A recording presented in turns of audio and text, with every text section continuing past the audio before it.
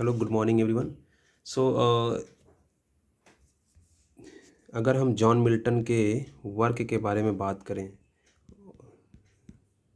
इसमें हम John Milton के वर्क के बारे में बात करें। इनकी बायोग्राफी को हमने बता ही दिया था ना, कि जो है आपके वो वीडियो मिल जाएगा। वीडियो इसको प्लेलिस्ट में है और उसमें बहुत अच्छे से उसका जो क्रिटिसिज्म वगैरह है, किसने क्रिटिक्स किया है क्या, तो वो सारी चीज़ें हमने डिस्कस की। इसमें केवल केवल इनके वर्क के बारे में बात कर रहे हैं हम। तो जो उनका सबसे पहला वर्क था जॉन मिल्टन जी का, वो था on morning of Christ nativity. On morning of Christ nativity, okay. And consider that he wrote only this poem he wrote only when he was 21 years old। 21 साल में ही इन्होंने ये कविता लिख दी थी, ठीक है। ये पोएम जो है 1629 में लिखी गई थी और 1645 में पब्लिश्ड हुई थी, ठीक। रिटन कब हुआ था? 1629 में, and published in 1645।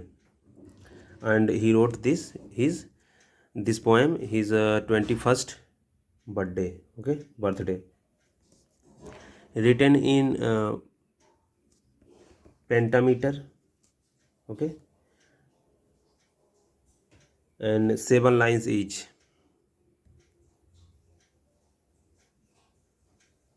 7 lines each, ठीक। इस 7 लाइन्स क्या इसकी जो स्कीम है, राइम स्कीम है, वो है ए बी ना, 1 2 3 4 5 ये है, उसके बाद 2 जो है वो है, ठीक।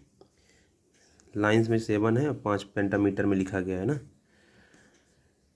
तो ऐसे ऐसे आप काउंट कर सकते हैं, ए बी, ठीक। और लाइन जो है वो 7। तो 27 हिम्स हैं ना इसमें। The poem describes Christ incarnation and his overthrown ना।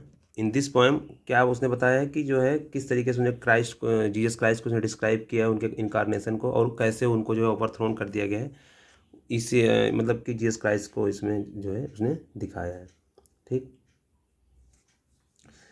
Next we have another work is on Shakespeare।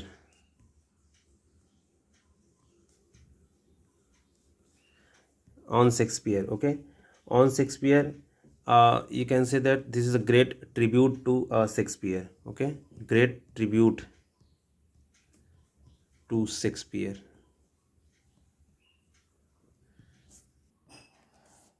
On the morning of Christ nativity के बारे में हम कुछ और इन्फॉर्मेशन आपको बताते हैं, जैसे कि दिस इज़ एन ओड, ठीक। ये क्या है? एक ओड है, ठीक। द ओड है, ये जानते रहिएगा, ये ओड है, ठीक है ना। और आपको पता है कि 7 ये आपको 7 लाइन मिलेगी टोटल। इसमें 7 लाइन में इन्होंने लिखा है और लास्ट में इन्होंने कपलेट दिया है, ठीक है ना। लास्ट में इन्होंने लास्ट में कपलेट लिखा है, और जो लास्ट की जो लाइन है इनकी, फाइनल लाइन जिसको बोलते हैं, final line of each stanza is written in, you can say penta, no sorry, written in iambic hexameter, okay, iambic hexameter, ठीक। final line of each stanza, suppose that there are stanza, and each stanza is written in iambic hexameter। Total 27 stanza है, ठीक है। 27 stanza of 7 line. 7 lines का ये याद एकदम बिल्कुल इसको याद रखिएगा। 27 स्टेंजा, 7 लाइन्स, और 7 लाइन्स में जो लास्ट की 2 लाइन है वो कपलेट है, और जो फाइनल लाइन है वो आयम्बिक हेक्सामीटर में है, बाकी सब पेंटामीटर में, ठीक है। आयम्बिक हेक्सामीटर, बाकी सब आयम्बिक पेंटामीटर है, ओके। अगर हम इसकी ओपनिंग लाइन की बात करें, ठीक, बात करें, तो opening line is this is the month ना, दिस इज द मंथ, ठीक, this is the month, and this the happy morn, and this दी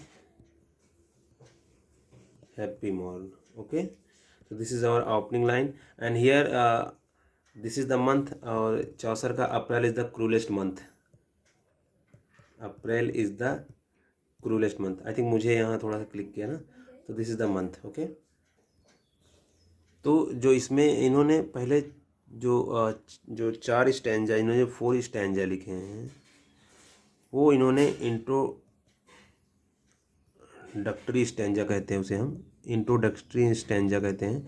तो जो इंट्रोडक्टरी स्टैंजा है वो जो है ओड है. ठीक, फिर बाद में जो उन्होंने 27 स्टैंजा लिखे हैं वो उनके द हिम है. ये आपको याद रखना है. ठीक, तो इंट्रोडक्टरी स्टैंजा आपको याद रखना है. इंट्रोडक्टरी स्टैंजा में से क्वेश्चन पुटअप करता है. ठीक है, तो ये पुटअप क्वेश्चन आपको ये याद रखना है. ठीक है ना.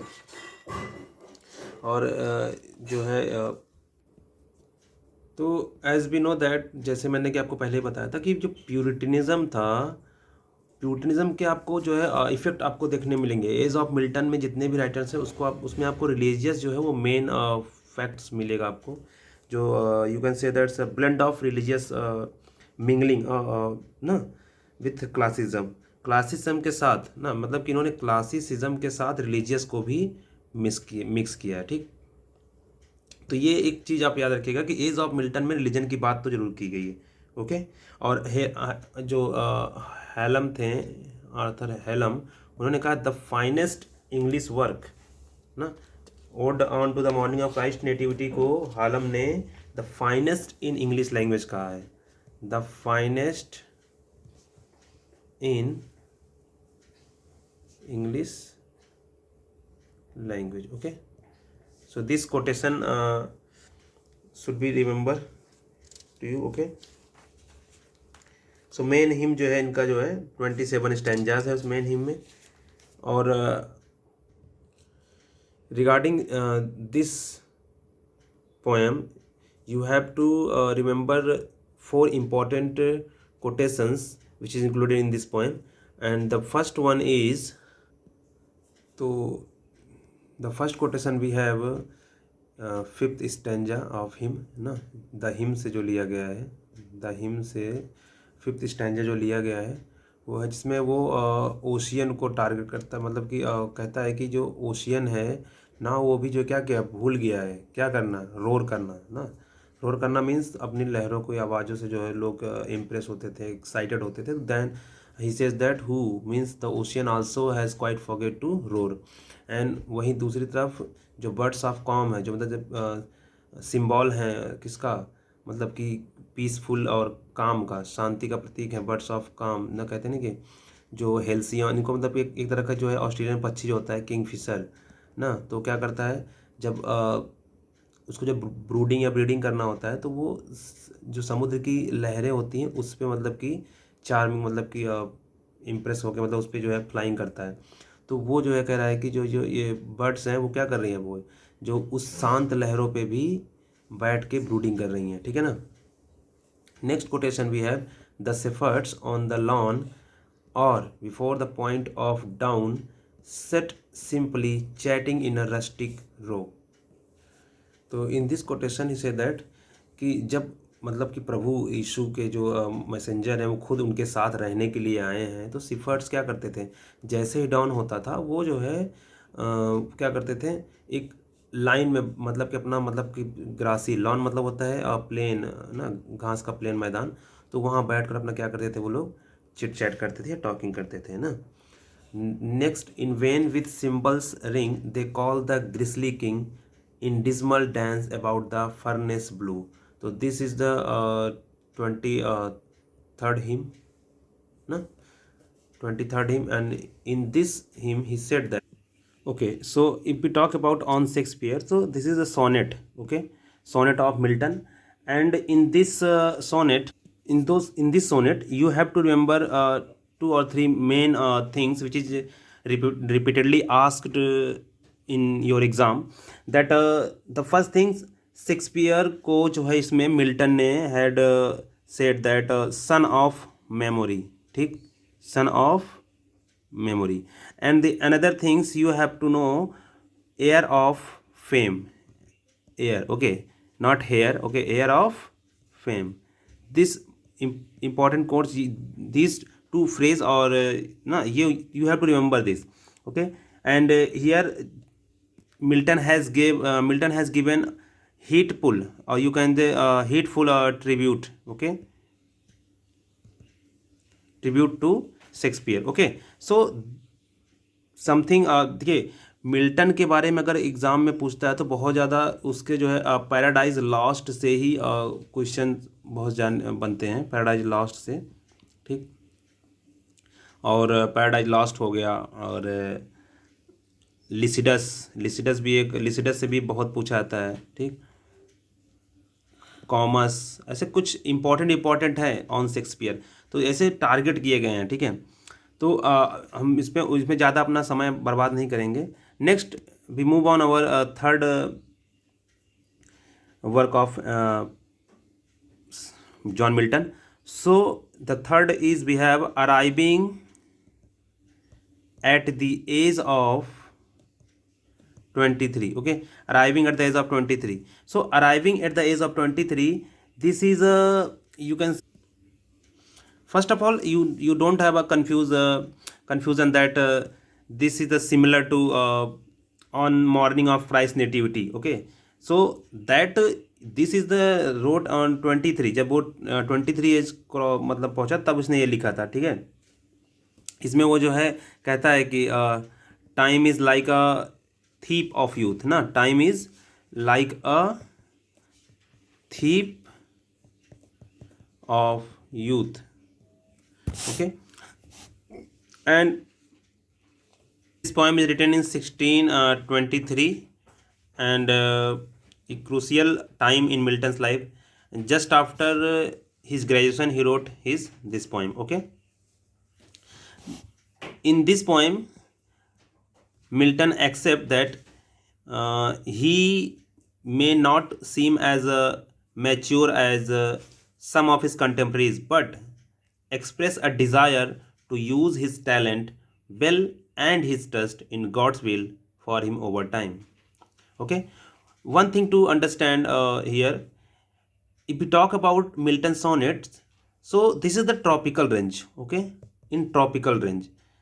Not he is not a writer of love sonnets ना, जैसे कि शेक्सपियर वगैरह ने लिखा है, तो he is not wrote a love sonnets he.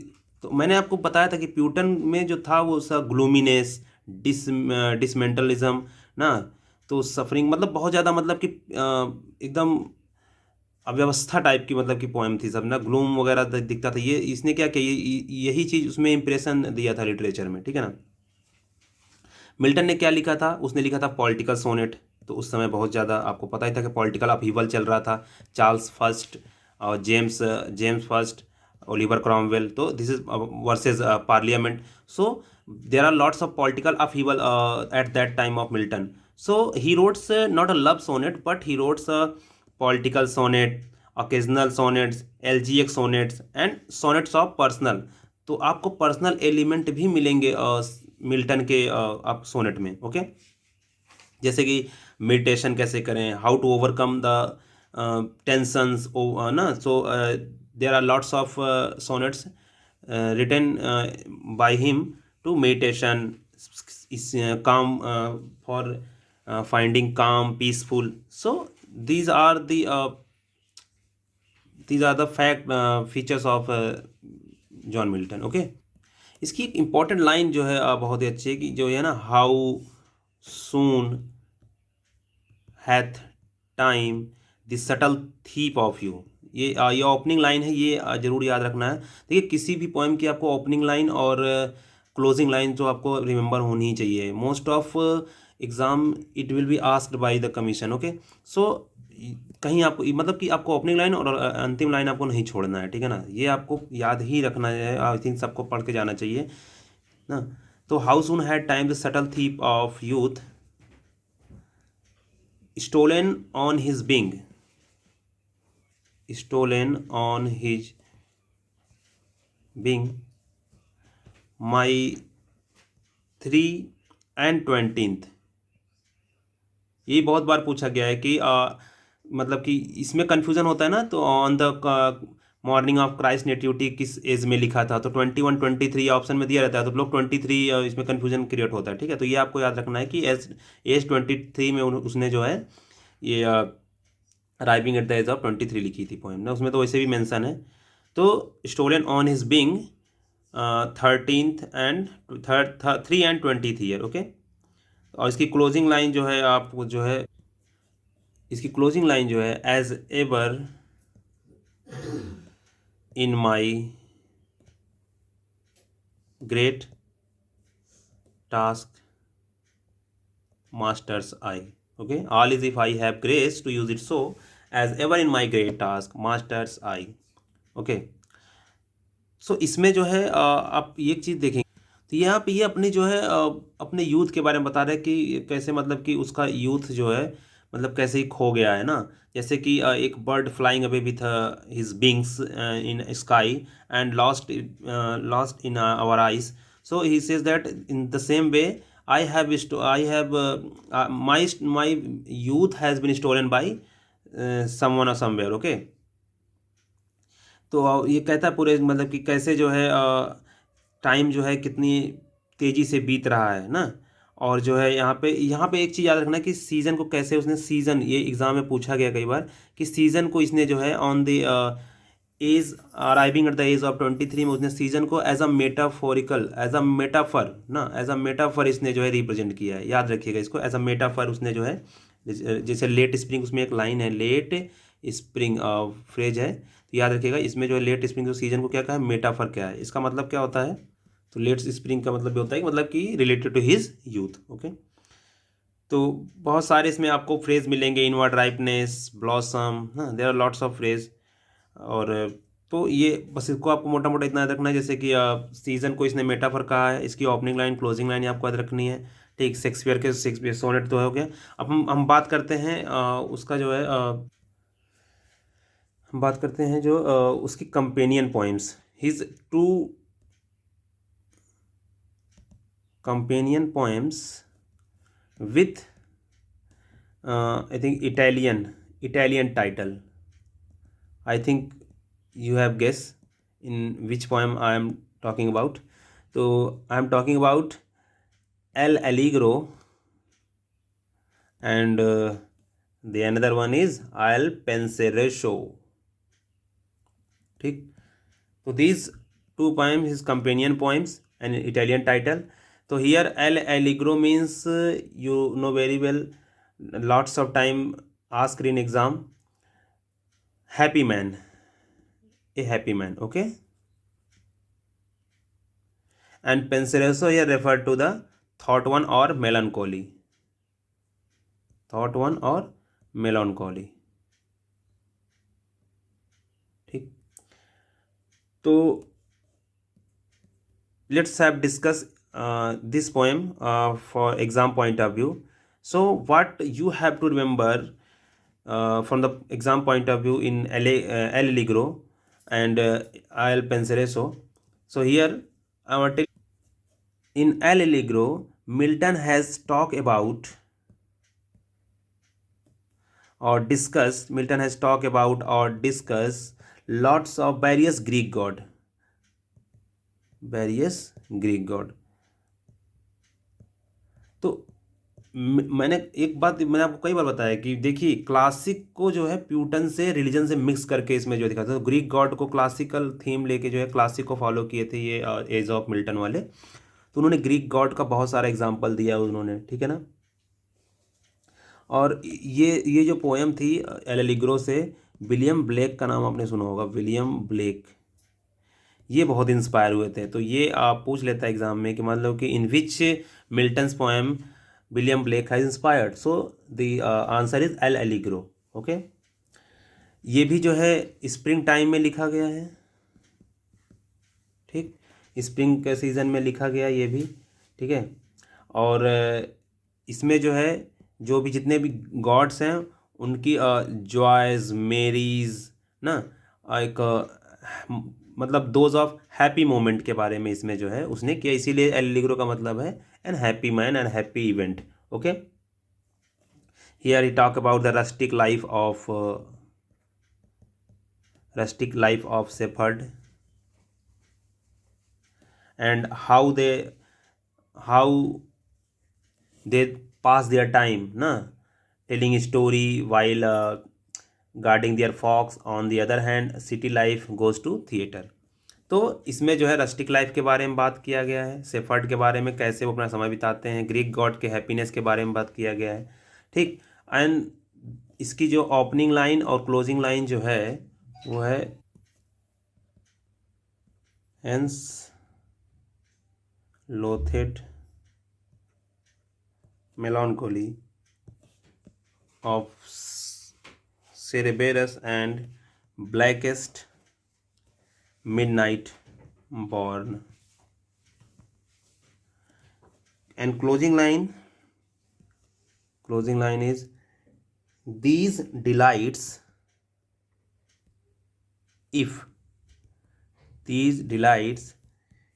if thou canst give, if thou canst give mirth with thee, I mean to live. Okay, live.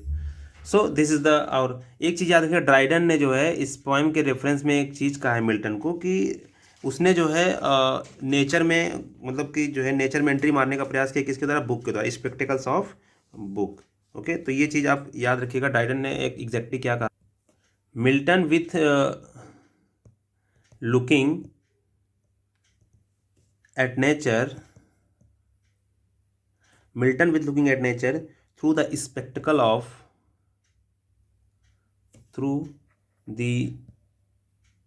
spectacle of book. Okay, ठीक। For your time saving, I am writing like this. Okay, this is very poor, roughly, but I think this is sufficient for your saving time. Dr. Johnson, on the other hand, Dr. Johnson said about Milton's poetry that you can note down somewhere, we read it as a task or painful. We read it as a task or painful duty, and we are glad when it is over and we lay aside, means positive comment दिया है उन्होंने, we lay aside ना the book without regret, the book without regret. Okay, so ये doctor Johnson. Okay, सो एक बहुत ही important quotation है इसमें इनका जो है, sport that wrinkled care derides and laughter holding both his sides. तो ये एल एलिग्रो का एक इम्पॉर्टेंट फेमस कोट्स है कि sport that wrinkled care derides, okay, and laughter holding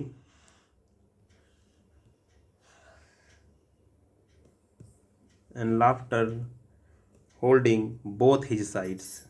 तो आपको इस कोटेशन से ही मालूम पड़ रहा होगा कि कैसे, मतलब कि जैसे लाफ्टर, डिराइड्स, रिंकल ना, स्पोर्ट, तो दीज आर रिलेटेड टू, अगर मान लो इसे पूछ ले तो आप बता सकते हैं कि this quotation, this lines are written from or taken from L'Allegro. Okay,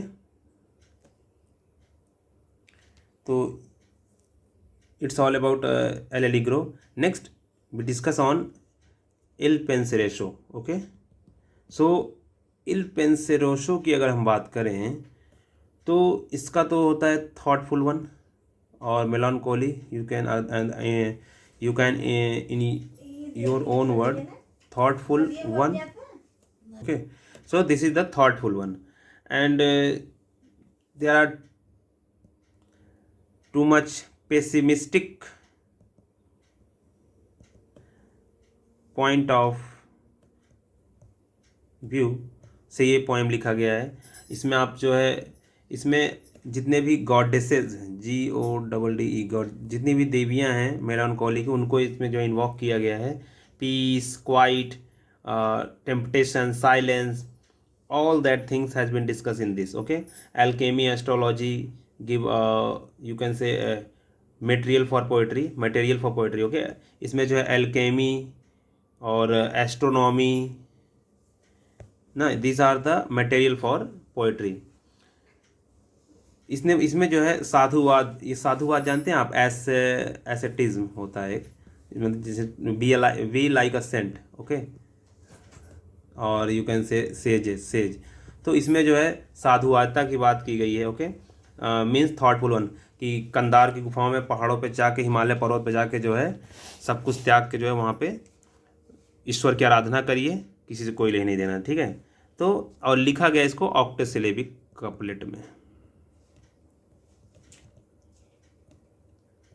ठीक, आप जब इसका ओरिजिनल टेक्स्ट पढ़ेंगे ना, तो आपको इतने सारे बिब्लिकल टर्म्स मिलेंगे, बिब्लिकल मिथ टर्म्स पूरा भरा पड़ा है। म्यूजेज हैं, फिलोमेल, सिंथिया, हर्मीज, ऑर्फियस, प्लूटो, सिल्वन, मतलब टोटल इसने, मतलब क्लासिक थीम से इंस्पायर हुए थे मिल्टन, और वहीं से उठा उठा के भर भर के जो है ग्रीक गॉड्स, ग्रीक गॉडेसेस वगैरह जो है रोमन में उठा उठा के यहाँ पे लाके भरे हैं पूरा।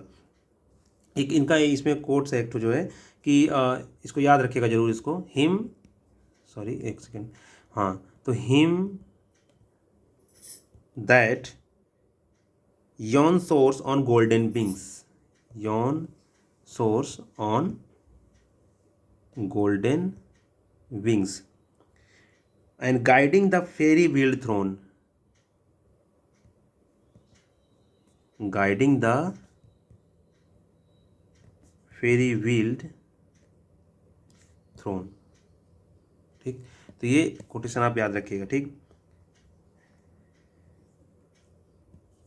जो एल एलिग्रो की ना, जो एल पेंसिरोसो की जो शुरुआत की इनिशियल 10 लाइंस जो है, जो इनिशियल 10 लाइंस है, these are written in you can say the in sorry these lines for invocation।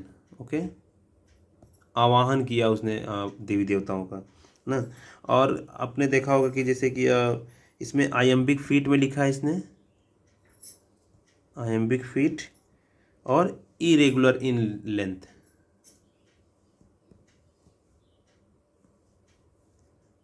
And फिर बाद में इसने 4 फीट को अडॉप्ट किया इसमें। और जैसे कि हमें चौसर के जो है the house of fame, the romance of the roses में भी मिलता है देखने को ना, तो पता है ना, कहीं कहीं से उठा उठा कॉपी किया इन्होंने। Next I will discuss commas, commas which is present in Ludlow castle. Okay, A mask, इसका जो है सब टाइटल है ए mask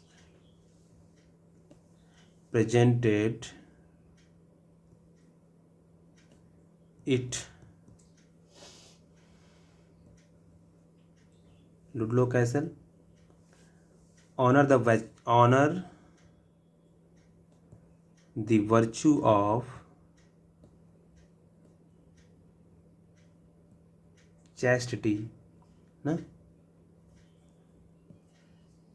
in this mask, okay, ये क्या है, मास्क है। ओके, तो in this masque Milton gave honour ना, और रिस्पेक्ट, और ना फुल इज्जत किसको दिया है, जॉन ईगर्टन को दिया है उन्होंने फुल इज्जत। ठीक है ना, Comus, this is a masque written by Milton. इसमें जो कहानी होती है, ये कहानी जो होती है, एक 2 भाई और एक बहन होते हैं, और वो जो है जंगल में जाते हैं। एंड होता क्या है कि वो घूमने जाते हैं, तो बाद में उनकी सिस्टर जो होती है वो खो जाती है वहाँ पे। और क्या करती है फिर वही बिब्लिकल कैरेक्टर, और मीट वहाँ पे किससे मिलती है, कॉमस से। एक कॉमस कौन होता है, एक इमोरल कैरेक्टर होता है। कॉमस कौन होता है, एक इमोरल कैरेक्टर होता है। ठीक, तो उस जंगल में वो उससे मिलती है। ठीक, एंड हियर कॉमस और immoral one has disguised himself as a shepherd. Okay, तो अब उसको जो है उसकी सिस्टर को जो है ले जाके एक स्थान होता है, एक नाम होता है, उसका नाम याद रखिएगा, पैलेस ऑफ प्लेजर ना। इस स्थान पर लाके उसको मतलब कि किडनैप कर लेता है या बंदी बना लेता है, ठीक। तो फिर उसके दोनों भाई उसको ढूंढते हैं ना। बाद में जो है एक बिब्लिकल कैरेक्टर द्वारा उसकी जो है सबरियाना ना, सबरियाना जो है वो एक होती है निम्फ, वो जो है उसको सेव करती है उसकी बहन को। तो इसमें जो है कुछ कुछ बहुत सारे सिंबॉलिक वर्ड्स यूज किए गए हैं, बिब्लिकल मिथ वगैरह यूज किए हैं, जैसे कि कॉमस हो गया, और एक नाम यहाँ पे याद रखिएगा, Sabrina. Sabrina, Sabrina you can say the nymph. Nymph, nymph क्या होता है? निम्फ आपने पढ़ा होगा द फेरी क्वीन में, और द रेप ऑफ लॉक में निम्फ वगैरह आपने निम्फ शिल्प सब पढ़ा होगा, ठीक। तो सबरीना जो होती है वो अटेंडेंट निम्फ होती है। तो वो वही जो है वो लेडी की मतलब कि उसके भाइयों को बताती है। और इसमें वही है कि जो है virtue was rewarded and vice is punished ना। इसमें एक कप, जो कप है, कप, कप एक वर्ड है, वो जो है क्या है, एक दैट कप वाज यूज्ड और represent as a sexual pleasure, sexual pleasure के लिए यूज किया गया है। जो है इस कप में जो है उसको जो है कुछ खाने पीने के लिए जो है कॉमस जो है उसको मतलब फोर्सफुली उसको जो है देता है। तो यहाँ पे जो ये कप के थ्रू जो है उसको जो है ऐसा मतलब कि दिखाया गया कि हाँ ये मतलब कि सेक्सुअल प्लेजर है, ठीक। तो next work we have, this is all about अपना Comus. Next we have Lycidas. Lycidas is also important and there are lots of load of questions asked by examination board from here. तो दो Lycidas